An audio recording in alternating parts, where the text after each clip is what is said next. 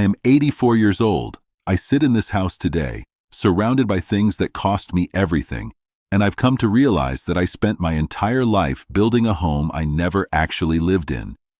It's a strange thing to admit at this age. You spend 8 decades thinking you're doing the right thing, thinking you're providing, thinking you're laying a foundation for a future that's always just a few years away. Then one morning you wake up, the house is quiet, your joints ache, and you realize the future you were building for has already passed you by. It happened while you were looking the other way. I look at these walls, expensive wallpaper, solid oak trim, the kind of craftsmanship people admire, and they feel like a museum I'm just visiting. I know where the light switches are. I know which floorboards creak. But I don't have memories of being happy here. I have memories of working so I could afford to stay here. There's a difference, a profound, devastating difference. When I was 30, I thought I was being a man. I thought I was being responsible. I had this idea in my head, a blueprint really, of what a successful life looked like. It involved a certain zip code, a certain square footage, and a yard that looked like a magazine cover. I told myself I was doing it for my wife, Martha, and for the kids. I told myself that once we reached a certain level of security, then I would slow down. Then we would travel. Then I would sit on the porch and actually talk to them. But the goalposts move. They always move.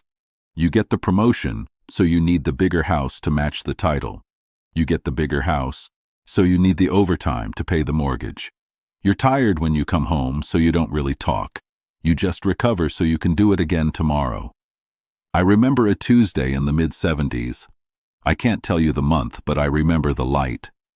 I came home late, as usual. The kids were already in bed. Martha had left a plate of food in the oven, dried out and lukewarm. I sat at the kitchen table, a beautiful, custom-made table, and I ate alone in the dark. I could hear the house humming, the furnace, the refrigerator, the clock. It was a symphony of things I owned. I felt a swell of pride back then. I thought, look at this, I've made it. My family is safe. They have the best. I didn't realize that what they actually needed wasn't the best table. They needed the man who was supposed to be sitting at it. I spent 40 years getting ready to live. I'd tell Martha, just a few more years of this pace, honey. Once the kids are through school, once the retirement account hits this number, we'll really start our lives. She was patient. She'd just nod and smile, but I see now that the light in her eyes was changing over those years. It was moving from anticipation to a kind of quiet acceptance.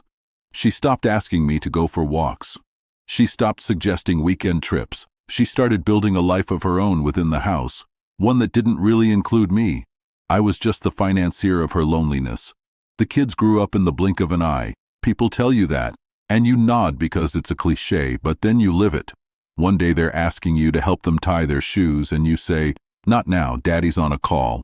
And the next time you look up, they're moving out. I have 3 children. They're good people. They call me on Sundays. They visit on the holidays. But there is a distance between us that no amount of polite conversation can bridge.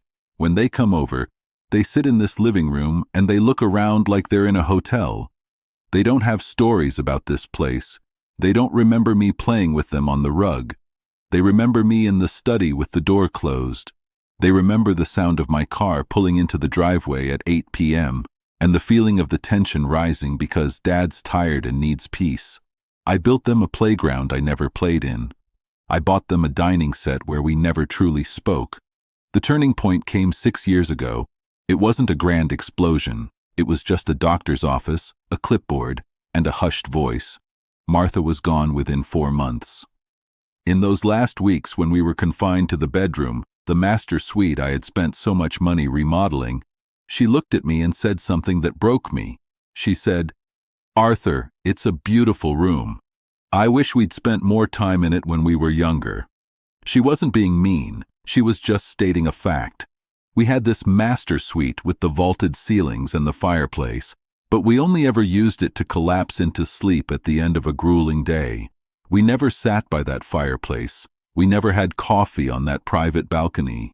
We were too busy maintaining the life that allowed us to have a private balcony. After she died, the silence in this house became deafening. I walked from room to room and I realized I didn't know how to live here. I didn't know how to use the kitchen for anything other than a quick breakfast. I didn't know how to be in the garden without thinking about the cost of the landscaping. I had spent 50 years building a stage, but I had forgotten to learn the play.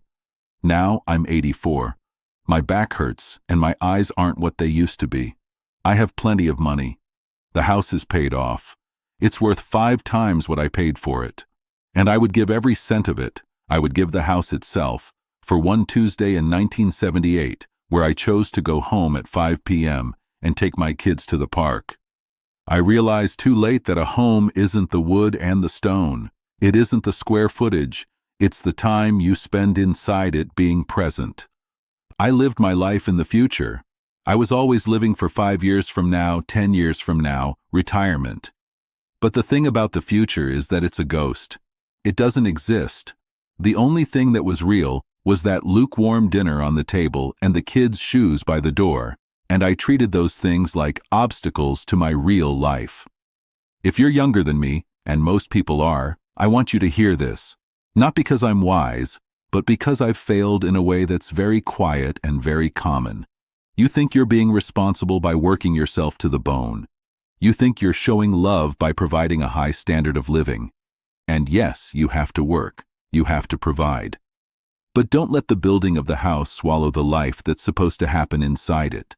Don't wait for the right time to be happy. Don't wait until the mortgage is lower, or the kids are older, or the career is more stable. There is no right time. There is only now, and now is a very fragile thing. I see people today doing what I did. I see them glued to their phones, answering emails at their children's soccer games, talking about the hustle and the grind.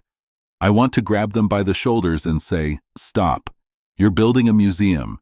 You're making a place where you will one day sit alone and wonder where everyone went. It's a hard thing to admit that you've wasted the best years of your life on things that don't breathe, things that don't love you back. This house will be sold when I die. Someone else will move in. They'll probably paint the walls and pull up the carpets. All my hard work, all the overtime, all the stress, it will be wiped away in a weekend of renovations. The only thing that would have lasted were the relationships I didn't nurture and the memories I didn't make. I'm sitting in my study now, the one with the door that used to stay closed. The light is fading outside. It's a beautiful view. I paid extra for this view. I'm 84 years old and I'm finally learning how to sit still. I'm finally learning how to be in a room without thinking about what it's worth. I just wish I hadn't waited until the house was empty to start living in it. It's quiet here. Too quiet. I think I'll go into the kitchen and make a cup of tea. I'll sit at that big expensive table, and I'll try to remember the sound of my children's voices when they were small, back when I was too busy to listen. If you have people who love you, go sit with them. Don't tell them you're busy. Don't tell them you'll do it tomorrow. Just sit with them. That's the only thing that actually builds a home. Everything else is just real estate.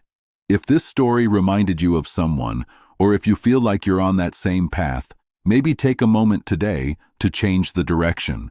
It's never as late as it feels until it suddenly is. Thank you for listening to an old man talk. It's more company than I've had in a while. Take care of yourselves and take care of your time. It's the only thing you can't buy more of, no matter how hard you work.